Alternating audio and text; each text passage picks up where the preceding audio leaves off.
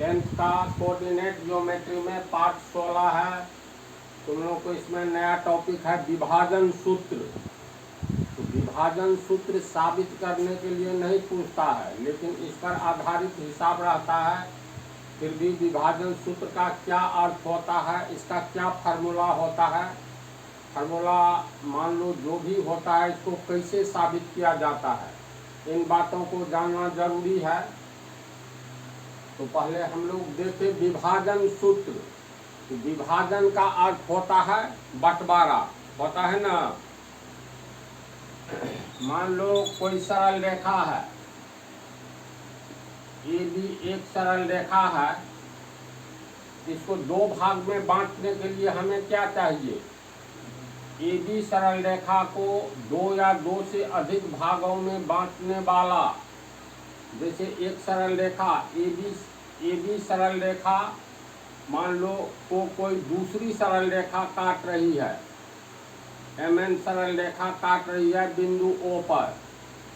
तो इसका अर्थ हुआ MN सरल रेखा AB सरल रेखा को बिंदु O पर काट रही है, तो AO कितना हुआ और OB कितना हुआ। ये MN सरल रेखा AB को किस ढंग से विभाजित करती है, कहने का अर्थ ये AB मान लो ये 2 भाग हुआ, OB 3 भाग हुआ। AB की लंबाई को अगर हम लोग मान ले AB 20 मीटर लंबा है, AB की लंबाई 20 मीटर है। MN एक सरल रेखा है जो AB को 2 भागों में बांट रही है। तो पहला भाग, पहला हिस्सा कितना हुआ, दूसरा हिस्सा कितना हुआ। तो मान लेते हैं MN AB को बिंदु O पर काट रही है। हम लोग इसको हटा दे, ये भी तो कह सकते हैं बिंदु O AB सरल रेखा को 2 भागों में बांट रही है। पहला भाग है 2 भाग, पहला हिस्सा 2 भाग, दूसरा हिस्सा 3 भाग। तो 2 3 5 भाग हुआ। 5 भाग में 2 भाग AO, OB 3 भाग। इसका क्या अर्थ हुआ? तो AB की कुल लंबाई 20 मीटर है, तो 2 भाग या 3 भाग 5 भाग हुआ। अब AB को 5 भाग में बांट देंगे, यानी 20 मीटर को 5 भाग में बांटो। तो 20 मीटर में 5 से भाग देंगे तो 4 मीटर हुआ। प्रत्येक भाग में 4 मीटर है। इसका अर्थ हुआ AO 4 दूनी 8 मीटर हो गया। और ये 3 भाग है, एक भाग में 4 मीटर, तो 3 भाग में 4 या 12 मीटर। ध्यान से देखोगे हम लोग कह सकते हैं बिंदु O AB को 2 भाग में बांट रहा है। पहला भाग 8 मीटर है, दूसरा भाग 12 मीटर है। तो बिंदु O AB को विभाजित करती है 2 भाग में। तो ऐसी स्थिति में बिंदु O का नियामक हमें ज्ञात करना है। ये विभाजित करने वाला बिंदु AB सरल रेखा को 2 भागों में बांटती है। तो पहले भाग की लंबाई और दूसरे भाग की लंबाई अलग अलग है। तो मान लेते हैं 2 भाग के जगह हम लोग लिखेंगे पहला भाग M1 है। M1 का मान लो जैसे अभी 8 मीटर आया। दूसरा भाग M2 है।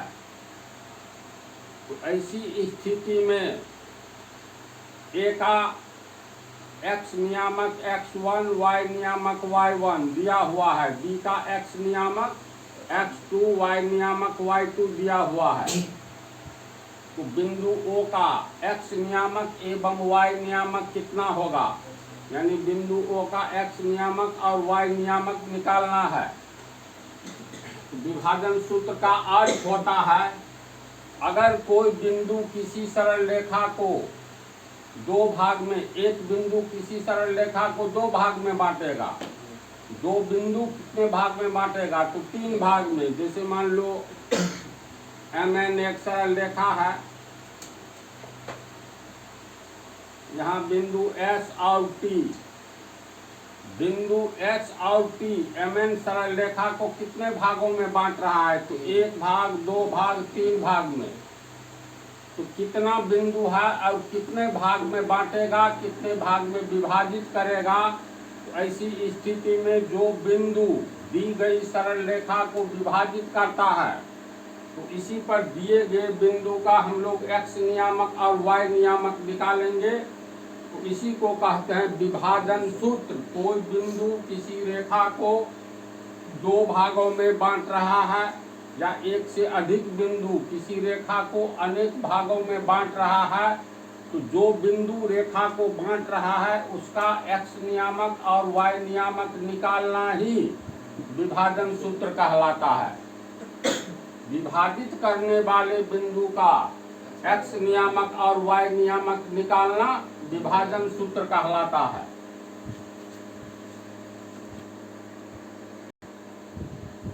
तुम लोग एक चीज और देखो, जो इसमें बतला तो दिया है लेकिन फिर भी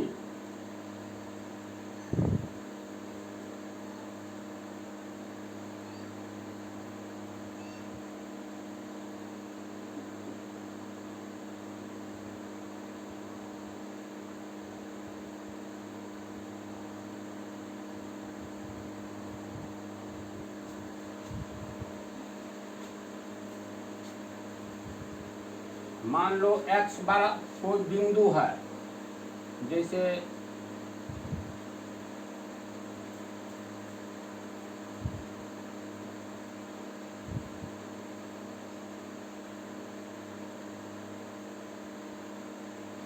बिंदु A का x नियामक कितना होगा? तो मूल बिंदु से 1 2 3 4, x नियामक 4 होगा, y नियामक 1 2 3। तो इसका अर्थ ये हुआ बिंदु A का x नियामक y एक्सिस से दूरी बतलाता है। तो बिंदु A y एक्सिस से कितना दूर है? अगर हम लोग यहाँ 1 मीटर ले, यहाँ 2 मीटर, 3 मीटर, 4 मीटर, इसी तरह से आगे की ओर बढ़ते जाए, यहाँ ये हो गया 1 मीटर, 2 मीटर, 3 मीटर, 4 मीटर, इसी तरह से हम लोग कह सकते हैं बिंदु A का x नियामक 4 मतलब 4 मीटर है। इसका अर्थ ये हुआ किसी भी बिंदु का x नियामक y एक्सिस से दूरी बतलाता है। तो बिंदु A y एक्सिस से कितना दूर है? तो ये दूरी मापेंगे, ये दूरी या ये दूरी समान है ना, इसको लिखेंगे यहाँ से लेकर के यहाँ तक ये 4 मीटर की दूरी पर है, यहाँ तक 4 मीटर होगा। बिंदु A का y नियामक क्या बतलाता है? x एक्सिस से दूरी। तो बिंदु A का y नियामक 3 मीटर है। तो बिंदु A x एक्सिस से कितना दूर है? 3 मीटर दूर है। y नियामक x एक्सिस से दूरी बतलाता है, x नियामक y एक्सिस से। तो बिंदु A का y नियामक 3 है, यानी x एक्सिस से ये 3 मीटर दूर है, इतना दूर है। तो ये 3 मीटर हुआ।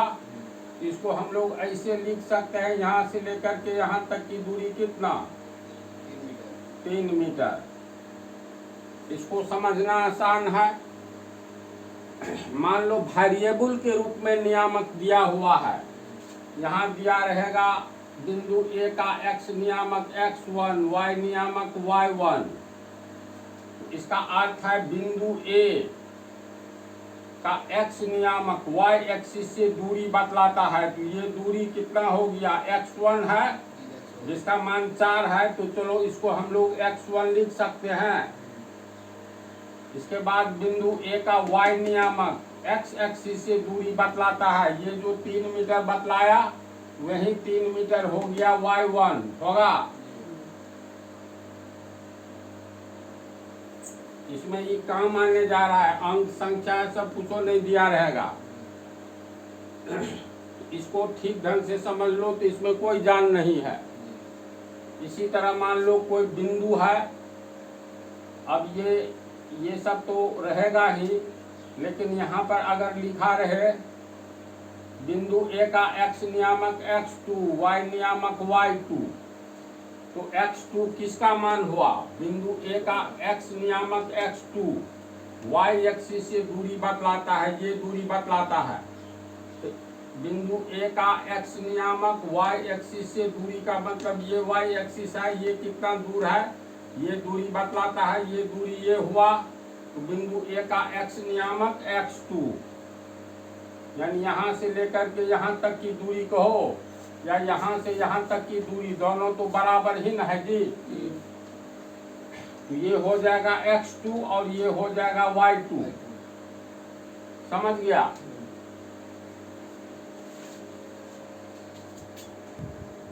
बिंदु S का x नियामक x3, y नियामक y3, तो कैसे करेंगे बोलो? बिंदु S का x नियामक y एक्सिस से दूरी बतलाता है, यानी y एक्सिस से कितना दूर है, तो ये दूरी है, मान लो यहाँ t मान लेते हैं। तो बिंदु S का x नियामक x3 y एक्सिस से दूरी बतलाता है, जो कि इतना हुआ। अगर यहाँ से हम लोग लंब खींचेंगे, इसको मान लो t मान लेते हैं, तो O से लेकर के P तक की दूरी जितनी होगी वही दूरी T से S तक की होगी।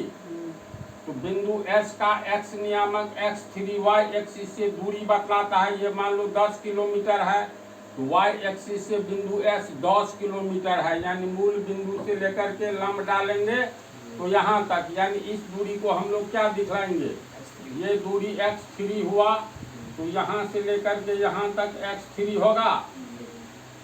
इसके बाद बिंदु S का y नियामक x एक्सिस से दूरी बतलाता है, तो x एक्सिस ये है, ये दूरी कितना हो गया, y3 का मान लो 15 मीटर है, तो ये 15 मीटर होगा। y3 का कुछ भी मान हो सकता है, यानी S से P, SP जितना है वहीं पर ये TO है, क्योंकि ये लंबाई बराबर है। इसको हम लोग लिख सकते हैं, इस दूरी को y3, और ये जो y3 है तो ये इसके बराबर है, ये हो गया तुमको y3।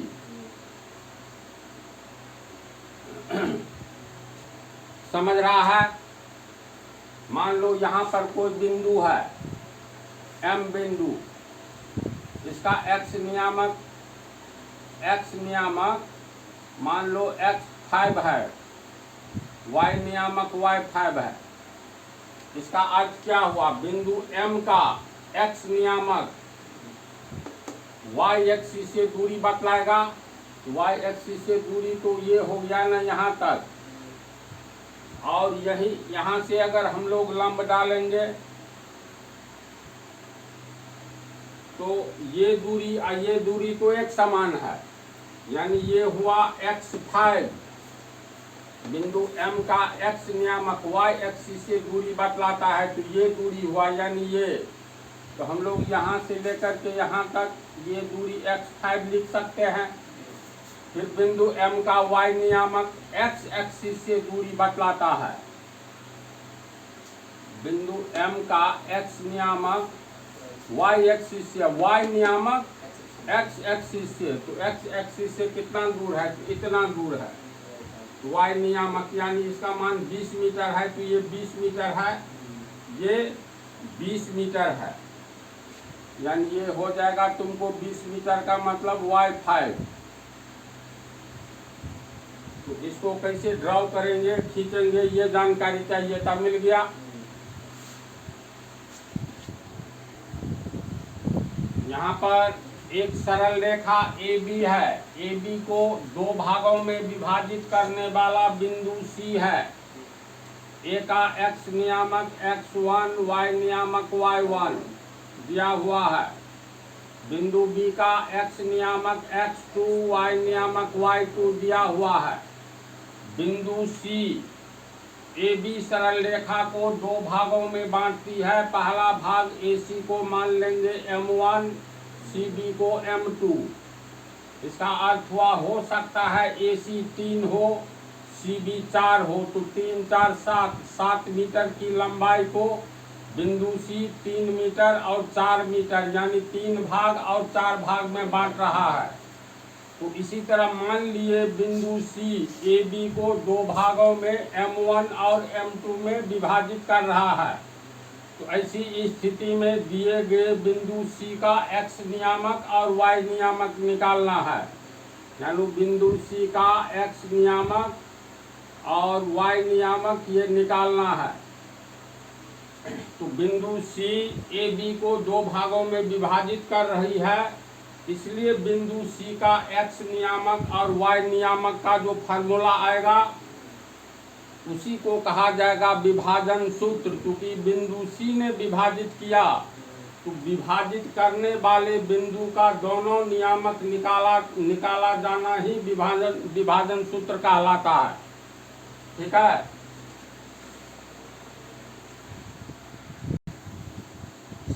अब इसमें ये मूल बिंदु है Y axis, X axis, AB एक सरल रेखा है। इस सरल रेखा को बिंदु C M1 और M2 भागों में बांट रहा है। बिंदु A का X नियामक Y नियामक दिया हुआ है और बिंदु B का भी X नियामक Y नियामक दिया हुआ है। तो हमें बिंदु C विभाजित करने वाला बिंदु का दोनों नियामक ज्ञात करना है। समझ गया? इसमें अब देखो, इस व्याख्या को ठीक से थोड़ा समझो। बिंदु A से X एक्सिस पर लंब डाल रहे हैं, तो इस लंब की लंबाई कितनी होगी?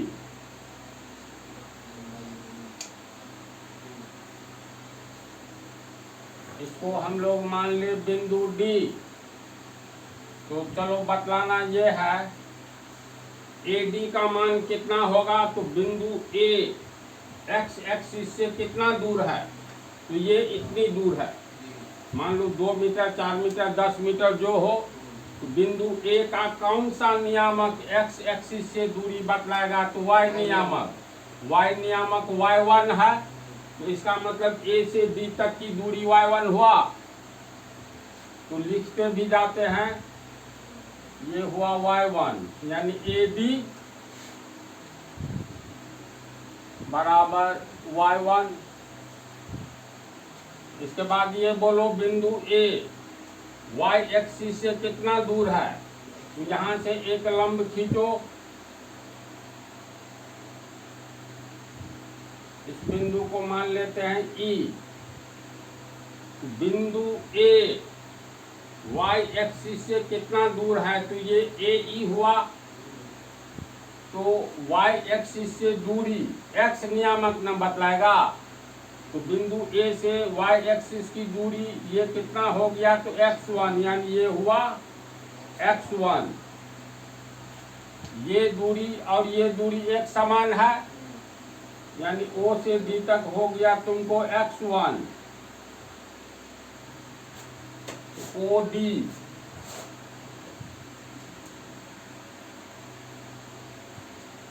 नहीं समझने पर पूछना, यही चीज समझना है। इसके बाद तो कैलकुलेशन है।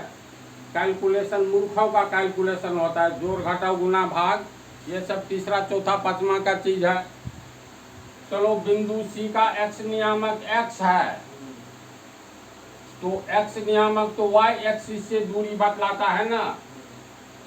बिंदु C Y एक्सिस से कितना दूर है? तो यहां से हम लोग अगर लंब डालते हैं,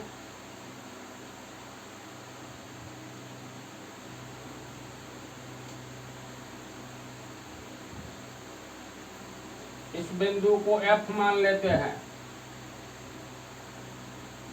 ये बिंदु C Y एक्सिस से कितना दूर है? तो यहां से एक लंब खींचोगे,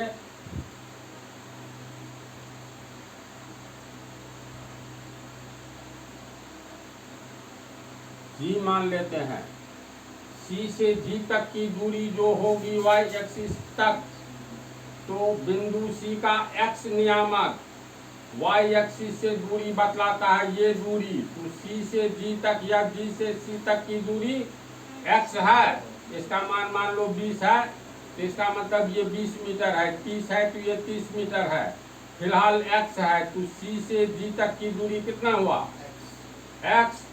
ये दूरी ये दूरी एक समान है, तो ये दूरी x है, तो ये दूरी x है।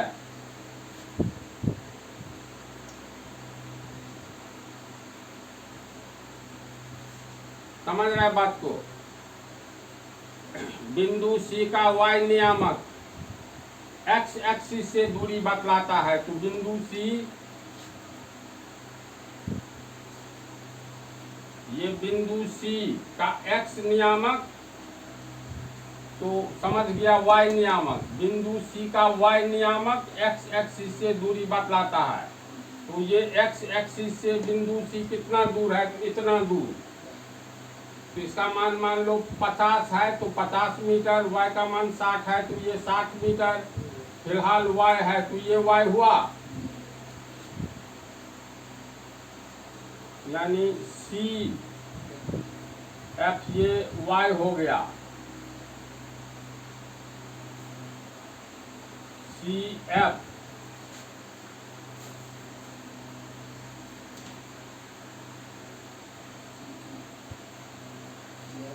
ये O F x हुआ,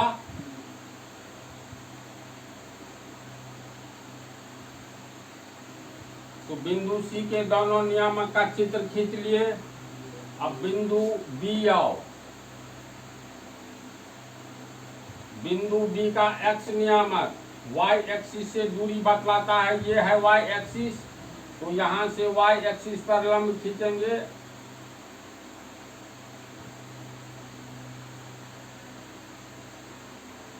तो इस बिंदु को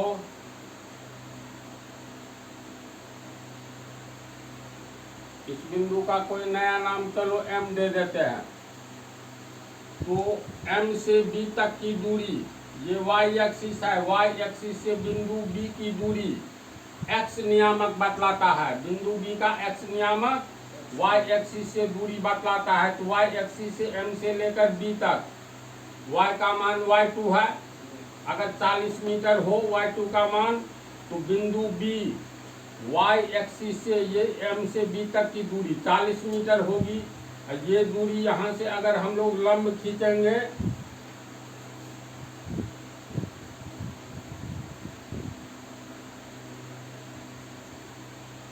इसको n मान लेते हैं, तो ये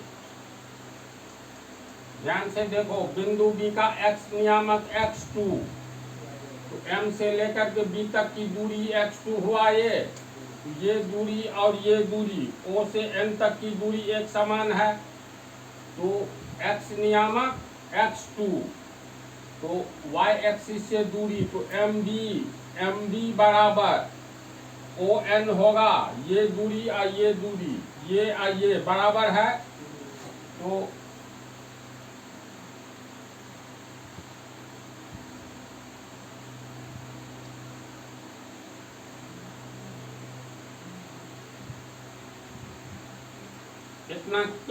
इतना हुआ x2, ये x2 हुआ ना, ये x2। बिंदु B का y नियामक y2 है, तो y नियामक x एक्सिस ये है, x एक्सिस इससे दूरी बतलाता है। तो बिंदु B x एक्सिस से कितना दूर है, मान लो y2 का मान 35 मीटर है, तो x एक्सिस से ये 35 मीटर की दूरी है। फिलहाल y2 मान है, तो इसका मतलब B से एक लंब डाले, ये x एक्सिस से दूरी BN कितना हो गया, y2 होगा, ये हो गया y2, तो BN बराबर y2।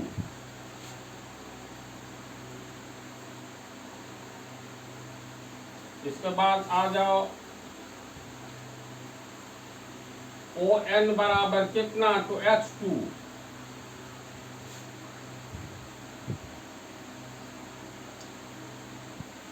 बोलो इतनी बात को तो लोग समझा, तो आधा काम हुआ।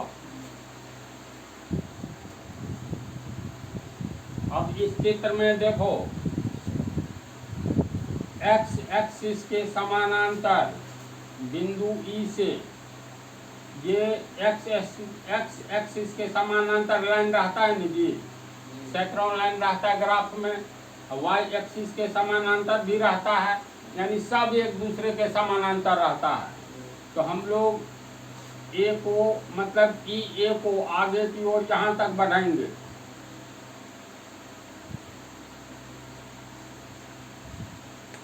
समझा? इसका नाम कुछ रख देंगे, ABCD के अक्षर पर कहाँ तक D तक आए हैं, तो चलो इसका नाम H रख देते हैं। इसके बाद ये जो लाइन है GC, ये दूरी, इसको आगे तक बढ़ाएंगे जहाँ तक, इसका नाम K रख देते हैं। तो लोग ध्यान से देखो तो यहाँ पर दो समकोण त्रिभुज का निर्माण हो रहा है। पहला समकोण त्रिभुज है CHA, ये कोण तो 90 डिग्री ही होगा, क्योंकि ग्राफ में एक्स एक्सिस और वाई एक्सिस के समानांतर जितनी भी रेखाएं खींचेंगे सब एक दूसरे को 90 डिग्री पर काटेगा। इसका मतलब ये कोण 90 डिग्री होगा और इस त्रिभुज में भी ये कोण 90 डिग्री होगा। इसमें देखो दो समकोण त्रिभुज बन रहा है ना। पहला समकोण त्रिभुज AHC या CHA। एक बात याद रखना, किसी भी समकोण त्रिभुज को चित्र के द्वारा व्यक्त करना हो तो 90 डिग्री का कोण वाला को बीच में लेना। नहीं भी लोगे तो कोई बात नहीं, लेकिन सबसे बेहतरीन बात होती है कोई भी समकोण त्रिभुज को दर्शाना हो। जैसे मान लो ये एक समकोण त्रिभुज है ABC, ये भुजा 90, ये कोण 90 डिग्री है। इस त्रिभुज को तो हम लोग कई ढंग से लिख सकते हैं ना जी। त्रिभुज CAB, त्रिभुज BAC, त्रिभुज ACB, त्रिभुज CBA, 5-6 ढंग से लिखा जा सकता है। तो सबसे बेहतरीन बात होती है ये 90 डिग्री वाला कोण को बीच में दो इस बिंदु को, तो समकोण त्रिभुज CAB बोलो या BAC, इसे तुरंत पता चल जाता है बीच वाला जो है ये 90 डिग्री का है। समझ गया? तो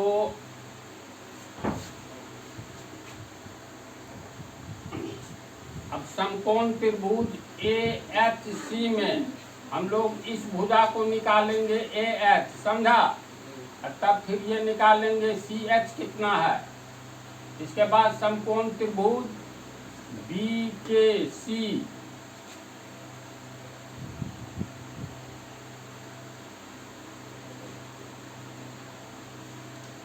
तो BKC में C के आधार, B के लंब मान लो, तो आधार और लंब निकालना है। 90 डिग्री के सामने CD कर्ण हो गया, इसमें 90 डिग्री के सामने AC कर्ण हो गया, तो आधार AH कितना होगा? ब्रेन लगाओ।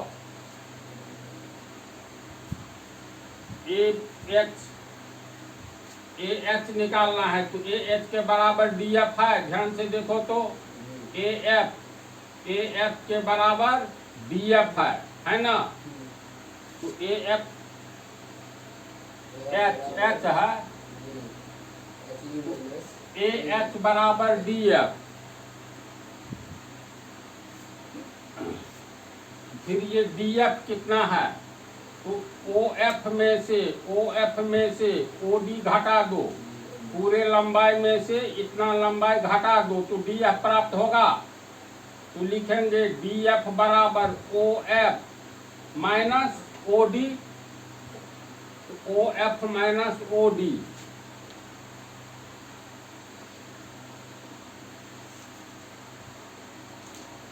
OF कितना है? तो OF देखो x है, यहाँ से लेकर के यहाँ तक की दूरी x है ना। तो x माइनस OD, OD कितना है? तो O से लेकर के D तक की x1 है, ये OD x1। तो अंततः AH कितना हुआ? AH x minus x1।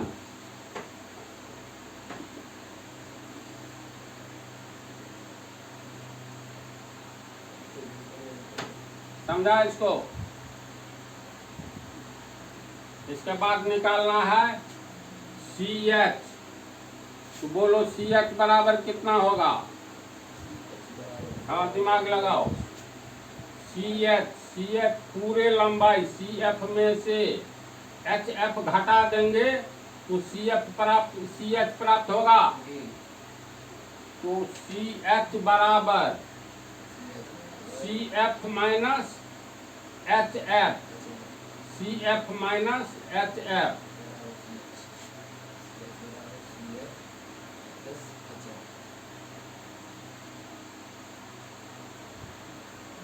इसका मान कितना है? CF का मान कितना है?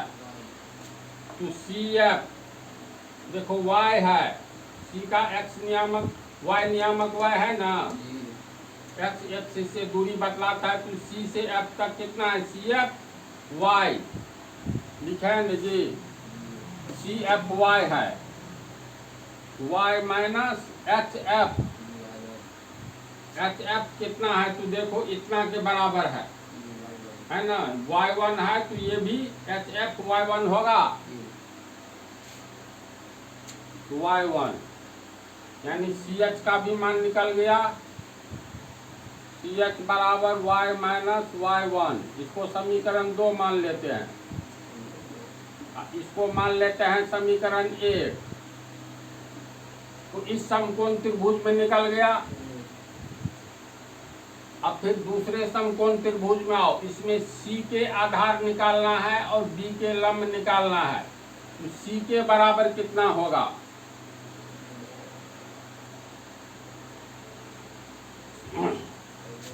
तो देखो C के बराबर FN होगा। तो C के बराबर FN,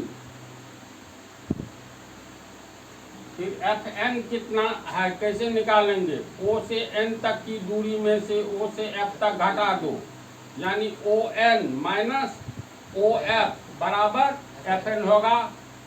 ON माइनस OF यानी ON minus OF।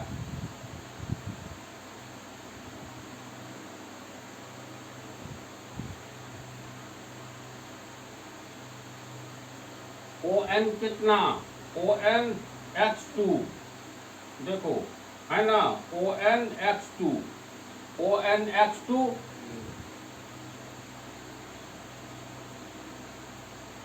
Minus OF कितना? OF O से लेकर के F तक, ये है कितना? F। इसलिए C के बराबर X2 माइनस X। ये हो गया समीकरण 3। C के निकाले इस समकोण त्रिभुज में आधार। अब B के,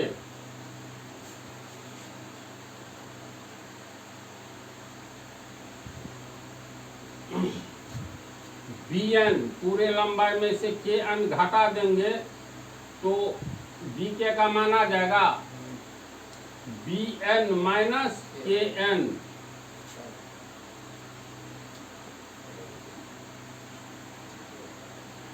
BN कितना? Y नियामक Y2, यहाँ से यहाँ तक Y2 है, ये हो गया Y2। KN कितना? तो देखो KN ये कितना हुआ? KN X एक्सिस से दूरी कौन सा नियामक बतलाता है? बिंदु D का ये Y2 हुआ। BN कितना हुआ? Y2 हुआ। KN घटाना है, बोलो तो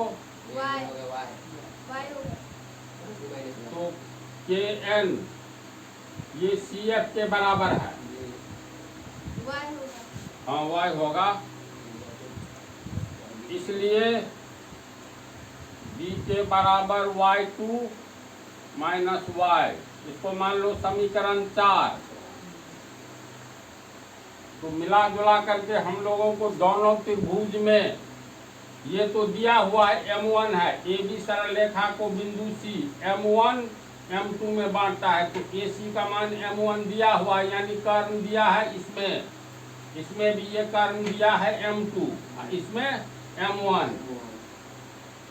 तो आधार और लंब दोनों में निकाल लिए, यानी हम लोग को समीकरण 1 2 3 4 का काम है। तो 4 हम लिखते हैं, बाकी को मिटा देते हैं। अब दो समकोण त्रिभुज यहाँ पर प्राप्त है। समकोण त्रिभुज AHC, यानी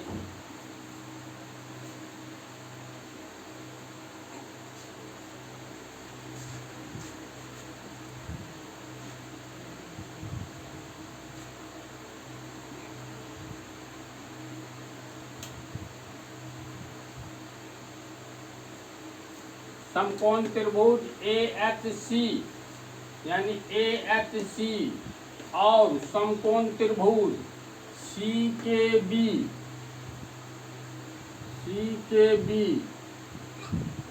में मिलाएंगे हम लोग जो कौन कौन सा कोण बराबर है। तो दोनों त्रिभुज में देखो, ये कोण 90 डिग्री, तो यहाँ ये कोण 90 डिग्री। तो पहले लिखें समकोण त्रिभुज AHC, इसमें ई 90 डिग्री को कैसे लिखेंगे? कोण CHA या AHC। तो कोण AHC बराबर 90 डिग्री, AHC ये 90 डिग्री, इसमें किसके बराबर है? तो कोण CKB,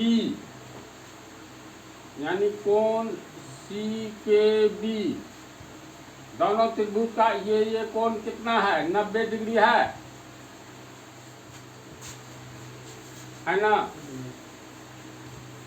इसके बाद आ जाओ, ये कोण बराबर होगा, लेकिन कैसे होगा इस पर ब्रेन लगाओ। तो ध्यान से देखो, तो AH C के समानांतर रेखा है। ग्राफ में first quadrant, second quadrant, third quadrant, fourth quadrant, प्रत्येक क्वाड्रेंट का एक्स एक्सिस के समानांतर रेखा होता है। ऊपर नीचे वाई एक्सिस में भी बाएं दाएं सब रेखाएं एक दूसरे को 90 डिग्री पर काटता है। तो अर्थ ये हुआ, ये CH और G के ये समानांतर रेखा है ना, यानी C के और AH समानांतर रेखा है। बात को समझ रहा है? इसको जैसे मान लो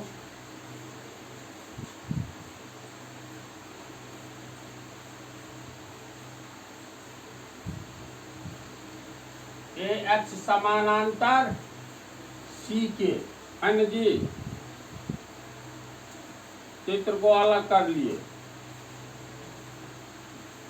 देखो, ये GK का अंग है C के, तो G के समानांतर EH आगे तक बढ़ाएंगे तो ये समानांतर ही रहेगा।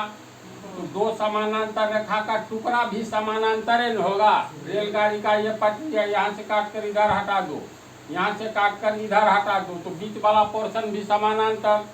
हटा दो का मतलब यहाँ से काट दो, यहाँ से कई जगह से काटो, तो सब एक दूसरे के समानांतर ही होगा। तो यानी AH समानांतर C के है, AH समानांतर C के। अब फिर ये AB रेखा हम लोग अगर खींचते हैं तो ये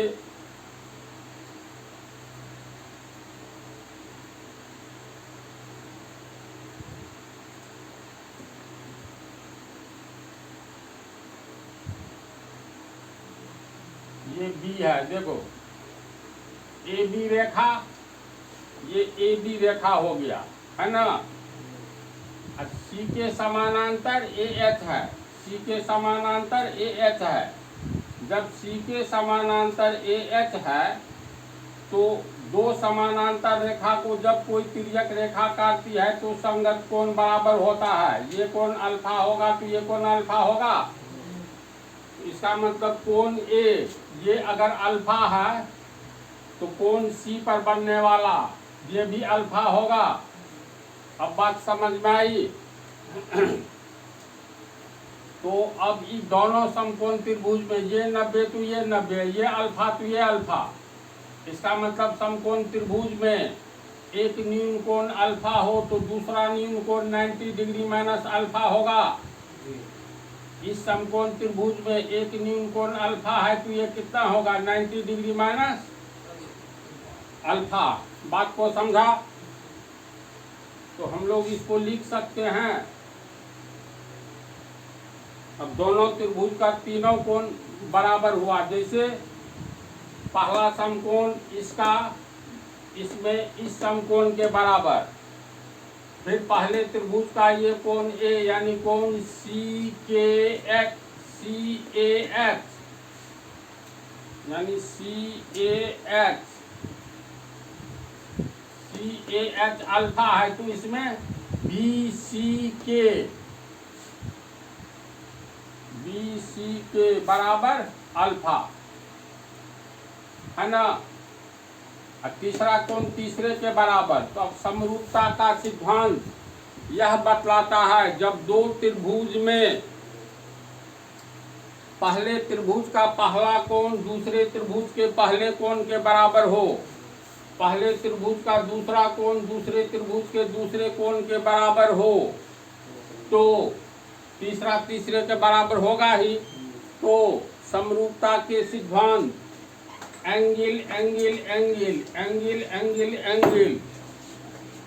यानी समरूपता के सिद्धांत ए से दोनों त्रिभुज समरूप होगा, अर्थात त्रिभुज समकोण त्रिभुज ए एच सी समरूप होगा समकोण त्रिभुज सी के बी।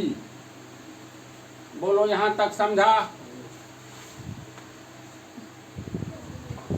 तो दोनों त्रिभुज समरूपता के किस सिद्धांत से समरूप हुआ? तो एंगल या सिर्फ एंगल भी कहेंगे। अगर एक त्रिभुज का दो कोण दूसरे त्रिभुज के दो कोण के बराबर हो तो तीसरा तीसरे के बराबर होगा ही, है ना ऐसी बात। तो निष्कर्ष ये हुआ, ये दोनों त्रिभुज समरूप हो गया। फिर इससे आगे की बात है, जब दो त्रिभुज समरूप होते हैं तो क्या क्या होता है। तो तुम लोग का ज्योमेट्री हमने धज्जी उड़ाकर पढ़ा दिया है, याद होना ही चाहिए। जब दो त्रिभुज समरूप होते हैं तो समान कोण के सामने की भुजाओं का अनुपात समान होता है।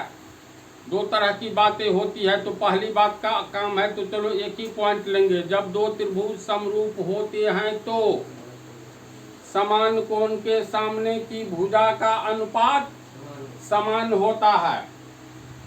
तो अब हम लोग समान कोण के सामने की भुजा का अनुपात समान कर सकते हैं। अब दोनों में हम लोगों को कोण के सामने की भुजा का अनुपात समान करना है। तो ध्यान से देखो, पहले बड़ा त्रिभुज में ले या छोटा में कोई अंतर नहीं पड़ता है। बड़े त्रिभुज की ही बात करें तो 90 डिग्री के सामने की भुजा AC है, तो AC अनुपात समान कोण के सामने की भुजा, इसमें 90 डिग्री तो यहाँ भी 90 डिग्री, तो इस 90 डिग्री के सामने की भुजा हो गया CB। तो CB हुआ, तो AC अनुपात CB दोनों त्रिभुज के समान कोण के सामने की भुजा का अनुपात लेना है। तो पहली स्थिति में 90 डिग्री के सामने का लिए बड़े त्रिभुज से शुरू किए हैं, तो बड़े त्रिभुज में अब चलो ये कोण लेते हैं अल्फा। अल्फा के सामने की भुजा यानी CX अनुपात, इस त्रिभुज में अल्फा ये है, अल्फा के सामने की भुजा BK,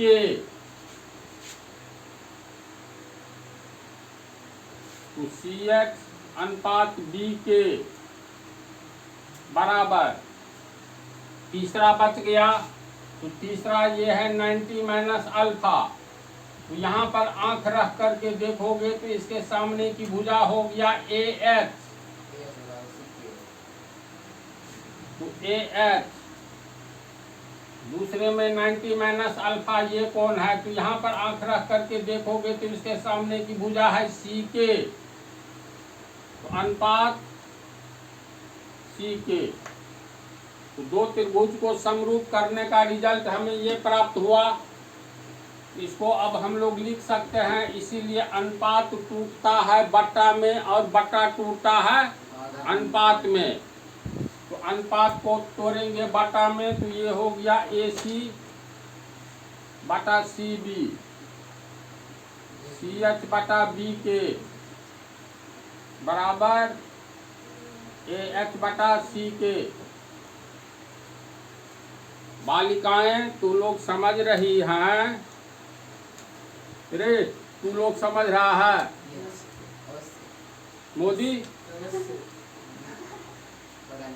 मान बैठाओ। एसी कितना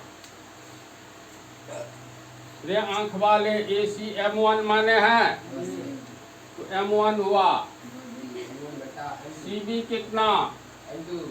सीबी को M2 माने हैं, तो ये हो गया M2। CH कितना? अब यहाँ पर देखो Y माइनस Y1, बी के Y2 माइनस Y। अगर इसमें गलती हुई होगी बाई चांस इन केस, तो रिजल्ट गलत आएगा। सब आदमी मिल करके हल किए हैं, तो गलती नहीं होनी चाहिए। बराबर ए एक्स कितना? x माइनस x1 बटा सी के x2 माइनस x। इतनी बात को समझा? इस सब को हम मिटाने जा रहे हैं। अब इसका काम है,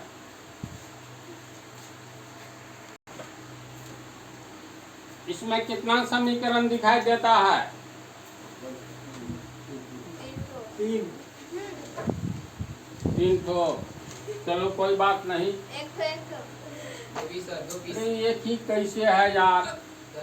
ए बराबर बी बराबर सी, इसको हम लोग देखो, इसका अर्थ हुआ, इसको ढक दो। ए बराबर सी, तो ए बराबर सी, फिर इधर से ढक दो, तो ए बराबर बी, ए बराबर बी।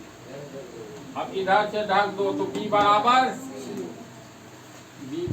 सी। यानी 3 कोई क्वेश्चन दिखाई देता है। इसमें हम लोग पहले निकालेंगे x नियामक या y नियामक। तो चलो पहले हम लोग, ये समीकरण हो गया तो इसको लिख सकते हैं।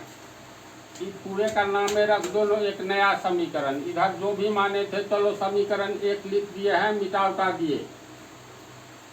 तो समीकरण 1 को हम लोग मतलब इससे जो निकालेंगे तो लिख सकते हैं, और M1 बटा M2, पहले x वाला लेते हैं, बराबर x माइनस x1 बटा x2 माइनस x।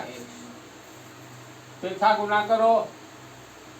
ये इसको भुलाने का आज पुरानी दुनिया में लौट, बेस ऑफ ऑल मैथ्स में अलजेब्रा को पढ़ लो। नहीं भुलाए हो तो कोई बात नहीं, तीसरा गुना करेंगे तो देखो M1 x2 होगा plus minus minus M1 x, तीसरा गुना करेंगे M2 x plus minus minus M2 x1। हम लोग को x का मान निकालना है, बोले ना उसी समय, ये बिंदु C का x नियामक। तो x को एक जगह लाओ, इसको इधर लाओ, इसको उठाकर आगे कर दो। इसको रखेंगे तो M1 x, इसको लाएंगे तो माइनस M2 x बराबर, ये बच रहा है M2 x1, पीछे से लाना है इसको, तो प्लस का माइनस हो जाएगा M1 x2। समझा?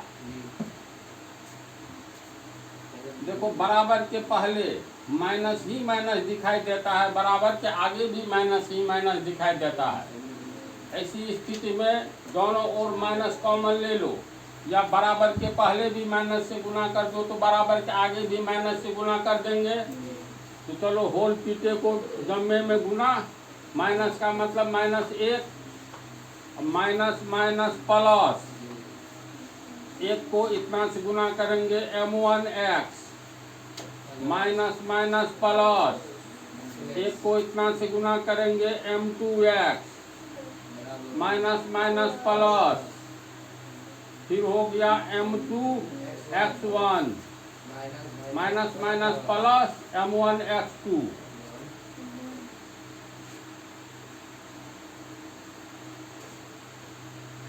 शुरू का प्लस हट गया, इसमें x कॉमन दिखाई दे रहा है, ये हो गया m1 प्लस m2। इधर पीछे नहीं कॉमन है, कि प्लस शुरू का हटा देंगे, छिप गया है, ये बच गया m2x1 m1x2। इसीलिए x बराबर m2x1 प्लस m1x2, ये कोष्ठ नीचे में आ जाएगा, m1 प्लस m2 कोष्ठ दिए करके क्या करेंगे, पीछे आगे कुछ नहीं है। तो इस तरह से विभाजित करने वाला बिंदु का x नियामक का फार्मूला हो गया x बराबर m2x1, m1 को पहले कर देते हैं रुक, m1x2, ये पहले आ गया, इसको आगे कर दो, m2x1 बटा m1 प्लस m2, कितना हुआ देखो, x नियामक निकल गया। तो कितना अच्छा फार्मूला है, हमेशा के लिए याद रहेगा। किसी सरल रेखा को विभाजित करने वाला बिंदु का x नियामक, x बराबर कैसे लिखेंगे देखो तरीका, x नियामक m1 m2, फिर लिख दो m1 m2, समझ आसान है ना। यहाँ प्लस दे दो, यहाँ भी प्लस दे दो, यानी m1 जोड़ m2, m1 जोड़ m2 लिख करके अब यहाँ x2 लिखेंगे तो यहाँ x1 लिखेंगे, बात खत्म है ना, याद रखना आसान। तो ये तो x नियामक निकला, y नियामक निकालने के लिए तो ये फार्मूला हो गया, तुम लोग को फिर तैयार है PDF। तो अब y का मान निकालना है, तो इसका मतलब ये वाला लेंगे, तो m1 बटा m2 बराबर y minus y1 y2 minus y, तीसरा गुना करेंगे m1 y2 plus minus minus m1 y बराबर m2 y plus minus minus m2 y1। y वाला मामला को एक जगह लाओ तो माइनस m1 y, इधर आएगा तो माइनस m2 y, आगे में बच गया माइनस m2 y1, ये y1 है ना, पीछे में ये बच रहा है माइनस m1 y2। इसमें भी देखो बराबर के आगे पीछे सब जगह माइनस ही माइनस दिखाई दे रहा है, तो माइनस 1 से गुना कर देंगे तो सब जगह प्लस हो जाएगा। इसके बाद इसमें y कॉमन आ गया है ना, y कॉमन लिए तो m1 जोड़ m2, ये हो गया m2। इसको पहले ले आते हैं, कोई अंतर नहीं पड़ेगा, 4 जोड़ 5 लिखो या 5 जोड़ 4, m1 y2, इसको आगे कर दो m2 y1,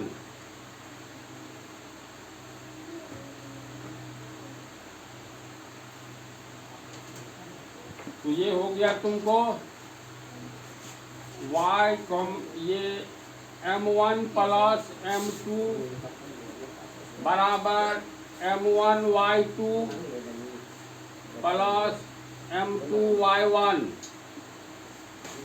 इसीलिए y बराबर कितना,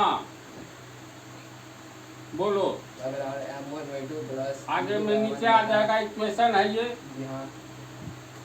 M1Y2 प्लस M2Y1 बटा M1 प्लस M2।